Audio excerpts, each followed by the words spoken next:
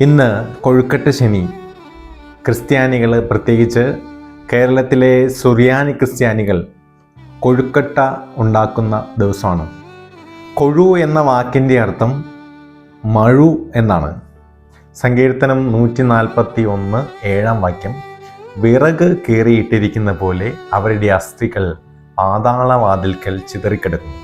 അസ്ഥികളെ ചിതറിക്കുന്നത് പോലെ അതിനെ കൂട്ടിയോജിപ്പിക്കാൻ കഴിവുള്ളവനും കൂടിയാണ് ദൈവം എന്നുള്ള ചിന്ത ഇത് നൽകുന്നുണ്ട്. കൊഴു അല്ലെങ്കിൽ മഴു അത് മുറിക്കാനായിട്ട് ഉപയോഗിക്കുന്നതാണ്. നോയമ്പ് മുറിക്കാനായിട്ട് ഉപയോഗിക്കുന്നു എന്നതാണ് അതിൻ്റെ പ്രതീകം. 40 ദിവസം കർത്താവായ യേശുക്രിസ്തു ഉപവസിച്ച് ഉപവാസം അവസാനിപ്പിച്ചതുപോലെ 40 ദിവസം ഉപവസിക്കുന്ന ക്രിസ്ത്യാനികൾ ഉപവാസം അവസാനിപ്പിക്കുന്നു. എന്നാൽ ഇത് താൽക്കാലികമായിട്ടുള്ള ഒരവസാനമാണ്. ഇനി വരുന്ന അടുത്ത 10 ദിവസം കൂടി കർത്താവായ ഈശോയുടെ പീഠാനുഭവത്തെ ധ്യാനിച്ചുകൊണ്ട് ഈ ഉപവാസം തുടരുകയാണ്. താൽക്കാലികമായിട്ട് നോയമ്പ് മുറിക്കാനായിട്ട് ഉപയോഗിക്കുന്ന കൊഴുക്കട്ട അതിനെ സൂചിപ്പിക്കുന്നു. ഇതിന് വേറെയും പ്രതീകങ്ങളുണ്ട്.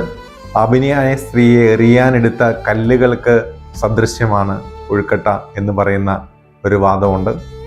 മറിയം ഉപയോഗിച്ച നാർദീൻ സുഗന്ധക്കുപ്പിയുടെ ഉരുണ്ട ഭാഗത്തെ സൂചിപ്പിക്കാനായി ഈ കൊഴുക്കട്ട ഉണ്ടാക്കുന്നു എന്ന് പറയുന്ന ആളുകളുണ്ട്. ഇനിയും വേറൊരു വെർഷൻ, മർത്തായുടെയും മറിയത്തിൻ്റെയും വീട് സന്ദർശിക്കാൻ വന്ന കർത്താവായ യേശുവിന് വളരെ തിടുക്കത്തിൽ ഉണ്ടാക്കി കൊടുത്ത ഒന്നാണ് ഈ കൊഴുക്കട്ട എന്ന പലഹാരം.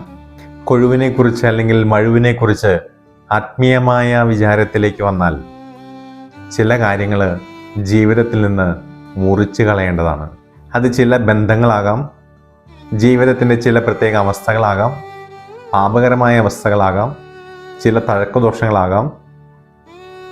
മുറിച്ച് കളയാൻ നമ്മൾ ബാധ്യസ്ഥരാണ് എന്ന് വീണ്ടും വീണ്ടും നമ്മളെ ഓർമ്മിപ്പിക്കുന്നു. കൊഴുക്കട്ട ശനി ലാസറിൻ്റെ ശനി എന്നും അറിയപ്പെടുന്നു. കർത്താവായ യേശുവിനെ മരണത്തിലേക്ക് നയിച്ച വളരെ പെട്ടെന്നുള്ള കാരണം അത് ലാസറിൻ്റെ ഉയർപ്പാണ്. കർത്താവ് മരണത്തെ പോലും ഭേദിച്ചു അല്ലെങ്കിൽ മുറിച്ചു കളഞ്ഞു എന്നുള്ള അർത്ഥമാണ് ലാസറിൻ്റെ ഉയർപ്പ് നൽകുന്നത്. അത് കർത്താവായ യേശുക്രിസ്തു മരണത്തെ ജയിക്കുന്നതിൻ്റെ മുന്നോടിയാണ്, മരണത്തെ ജയിക്കുമെന്നതിൻ്റെ തെളിവ് കൂടിയാണ്.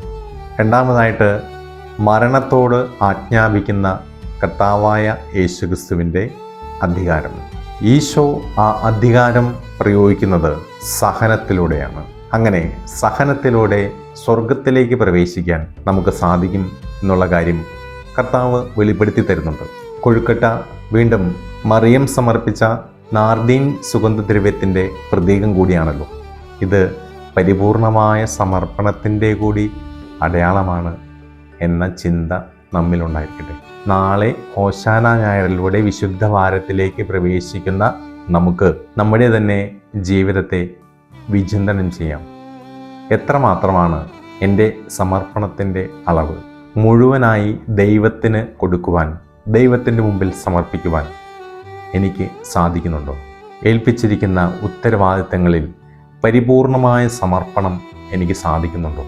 കർത്താവ് നമുക്ക് തന്നിരിക്കുന്ന കൊഴു അല്ലെങ്കിൽ മഴു അവൻ്റെ കുരിശാണ്. ഈ മഴു പ്രയോഗിച്ച് മുറിക്കാനുള്ളതിനെ മുറിച്ചു മാറ്റി വിശുദ്ധ വാരത്തിലേക്ക് നമുക്കും പ്രവേശിക്കാം. ദൈവം അനുഗ്രഹിക്കട്ടെ.